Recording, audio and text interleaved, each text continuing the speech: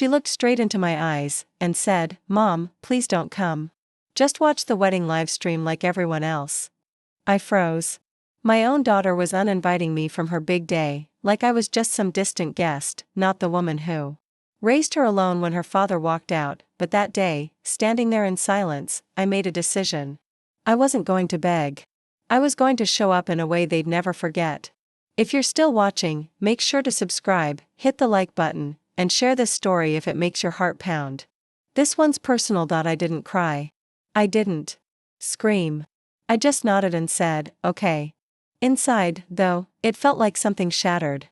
Not just because of the wedding, but because this wasn't the first time Avery made me feel small. Ever since she got close to her father's new wife, Donna, she changed. Suddenly I was the embarrassing mom, the one who worked in a diner, who never made it big. Donna had money. I had memories. But memories didn't get you a seat at the wedding, apparently. You understand, right? We just wanted to be elegant and clean. Clean? That's what she said. Like I was dirt. I went home and sat on the edge of my bed, staring at the invite they sent out just 2 weeks before, with Donna and her husband listed as the proud parents of the bride. Not a single mention of me. That's when I smiled.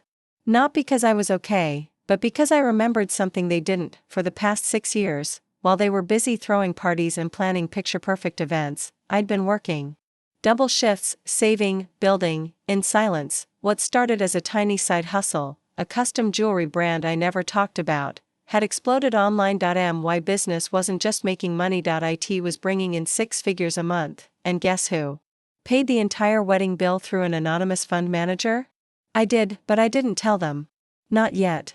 Let them have their live stream. Let them have their clean guest list, because at the altar, just before she said "I do," something was going to happen that none of them saw coming, and it would change everything. Avery stood at the altar, glowing in her designer dress, clutching her bouquet like royalty. The ceremony was streaming live, just like she wanted, curated, filtered, flawless.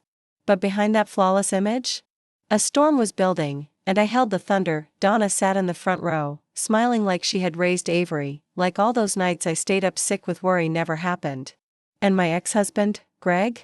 He looked proud, finally able to show off a daughter without any trace of me. They thought I was watching from home, forgotten, excluded, pitted. But I wasn't watching.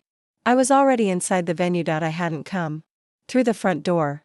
I had people for that now, discreet professionals who worked quietly. The event planner, the venue owner, even the florist. They all worked for me. Why? Because I owned the entire wedding venue. Bought it 6 months ago through a holding company when I heard whispers of where they were planning it. I had been planning this moment longer than they'd been planning the wedding. Just before the vows, as the pastor asked if anyone had objections, a soft sound echoed across the speakers, "Actually, I do." Heads turned. Avery's smile cracked for the first time. Donna's face turned pale, and I stepped forward from the side entrance, in a sleek black dress, calm as ever. Not angry. Not dramatic. Just ready. You could feel the silence. Like every breath in the room froze. "Mom?" Avery blinked, confused. "How are you?" I raised my hand gently. "Don't worry, sweetie. I'm not here to cause a scene. I'm here to give you a gift." I turned toward the pastor. Before the bride says "I do," she should know the truth about who made today possible. And with a nod, the projector behind them lit up. A video started playing, footage of my small apartment, then my late nights working, then the first bracelet I sold. The journey of my brand. The growth. The warehouses. The day I signed the ownership papers for the venue they were standing in, the screen faded to black with just one line, "Funded by Sarah Miller, proud mother of the bride." Gasps filled the room. Avery covered her mouth. Greg stood frozen.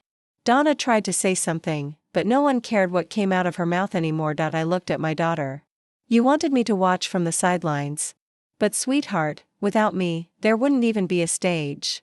Then I turned and walked out slowly, leaving behind nothing but silence, and a room full of regret. But this wasn't the end, because what Donna did after that would take this betrayal to a whole new level. Outside, the summer breeze felt colder than I expected. But inside that venue, the fire I left behind was just getting started. As I stepped into the black car waiting for me, my assistant handed me a tablet. The live stream was still running. I watched as Avery stood frozen at the altar, the bouquet trembling in her hands. Greg looked like he'd swallowed glass. And Donna? Her mask was slipping fast. She stood up, flustered, whispering harshly into Avery's ear. But the mic caught it. Loud and clear. "This is why I told you, she's dangerous. She's trying to steal your moment." Steal? I gave her that moment. But the next thing Donna said exposed the real poison. "You're lucky I paid for this wedding, or you'd be walking down an aisle in a school gym." The entire room gasped. Avery slowly turned toward Donna. "You paid for it?" Donna froze. Too late, the wedding planner, probably realizing her paycheck was in danger, spoke up. Actually, all invoices were settled through Miller Holdings. That's Sarah Miller's company." You could hear a pin drop. Avery's eyes welled up, not with joy, not with sadness, but shame. I watched from the car, but I wasn't satisfied yet. Because what Donna did next, it wasn't just petty. It was evil, with the whole room watching. Donna snapped, "You think your mom's some saint? She begged your father for money for years. She was nothing without him." Wrong move. Greg stood up. For once in his life, he looked like he had a spine. "No, Donna. She never asked for a dime. You told me not to help her. You called her dead weight. But she carried everything, even the pieces of me you left behind." The audience was no longer guests. They were witnesses. And the bride?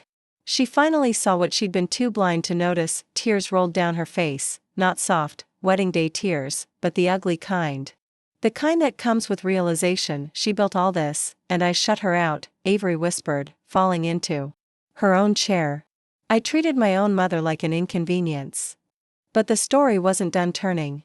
Not even close, because just when the crowd began to settle, Donna's phone buzzed. She looked down, then turned white as a ghost. Avery noticed. What? What is it?" And Donna's voice cracked, trying to deny what was already unraveling.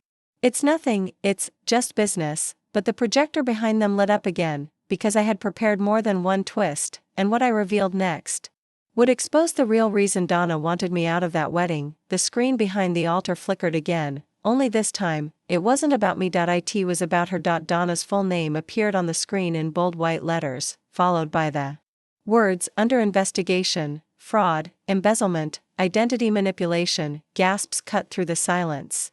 Some guests stood. Others pulled out their phones. Avery turned, stunned. "Mom, what is this?" From the back of the venue, my lawyer stepped forward. Calm, poised. He held up a folder. "Ladies and gentlemen, what you're seeing is real. Donna Matthews has been funneling money through fake charities using her husband's business contacts for years. The IRS audit begins next week." Donna dropped her clutch. Her voice shook. "This is insane. You can't, this isn't, you stole from widows and cancer patients," my lawyer said, flipping a page. "And, as of 3 days ago, the accounts were frozen. Including the one that held the wedding fund you claimed as yours." Avery stood up. "You said you paid for everything. That we owed you. I did it for us." Donna shouted, her makeup cracking like her composure. "So you wouldn't end up like her, working in diners and cleaning up after people like me." That slap of truth echoed louder than any sound system, but Avery didn't break. She walked straight toward the center aisle. Her hands were shaking, but her voice? Clear. Honest. She turned to the guests and said, "If anyone wants to leave, go ahead. But this wedding?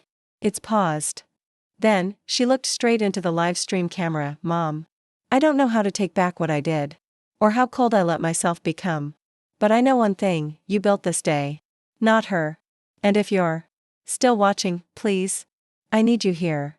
I sat in that car, watching my daughter on the screen, her voice trembling, raw, real, but what she didn't know? I had never left. I was already walking back toward the building, my heels clicking against the marble, because forgiveness doesn't mean forgetting. It means letting people learn, and watching them rise or fall with the truth. And as I reached the door, something even I didn't expect happened. Someone else stood waiting for me. Someone I hadn't seen in over a decade. My sister, and what she whispered to me next flipped everything I thought I knew. She stepped out from the side corridor, almost like a ghost from a past I'd buried. Emma. My younger sister. The one who disappeared after our mother's funeral, the one who sided with Greg when he left. I looked at my mom, whose face drained of all color. She stood up and stuttered, I was trying to protect you. The restaurant business is risky. You weren't protecting me, I snapped. You were sabotaging me. You didn't want me to outgrow you. Dad didn't defend her. He just looked down at his plate like it was a mirror he couldn't face. Mark took a step back. That's all I came to give you. I didn't do it for a second chance. I did it because I saw the video. You deserve to know who's been standing in your way. And with that, he left. I turned toward my mother slowly, voice shaking but strong. You knew how hard I fought for this. And you still tried to ruin it. Why? Tears welled up in her eyes, but I didn't move. I used to beg you to notice me, I said, but I won't beg to be respected. Then I faced the entire restaurant and raised my glass to silent battles and louder comebacks. The guests clapped again, louder than before, but as I took my seat to finally enjoy my dinner, my phone buzzed. One notification. A wire transfer just hit my account. $2.50 million from someone I didn't recognize, but the note attached said, You helped me once when no one else would. Now it's my turn. Let's build something bigger. I stared at the name, and my heart stopped, because it was my biological brother. One I never knew existed. I read the name again just to be sure, Ethan Carter. I blinked hard, trying to place it. Then suddenly, it clicked. Years ago, when I was 13, I overheard a tense conversation between my parents. Something about a mistake from before marriage and keeping things quiet for the family's sake. Back then, I didn't understand it. But now, it wasn't just a rumor, it was real. My parents had a son before me. A half-brother they never mentioned. And now? He'd just wired me $2.50 million, with a promise to build something together. His email hit me hard. He knew everything. He'd watched from afar as they mocked me, and now he wanted to rise with me. I wasn't alone anymore. I looked at my father. Did you know about Ethan? His quiet yes said it all. Mom gasped. You lied to me? I lied to everyone. He admitted. I stepped back. You didn't just hide him, you buried both of us. Rachel tried to butt in. Sasha, don't make this dramatic. Rachel, I snapped, you've never supported anyone. You just ride their shine. She sank back in silence. And for once, so did everyone else. The whole room was watching. But I didn't care anymore. I turned to the crowd. My family always thought reputation was everything. That appearances mattered more than truth. But I've learned something else. Truth is power. And real family doesn't try to break you when you rise. I looked down at the email again. Then I smiled. I'm starting something new, with someone who understands struggle, silence, and strength. Just then, another alert popped up on my phone. It was a headline: Sasha Carter announces partnership with tech giant Ethan Carter. New chain of restaurants coming to 5 cities. I hadn't even posted it yet. He wasn't just sending money.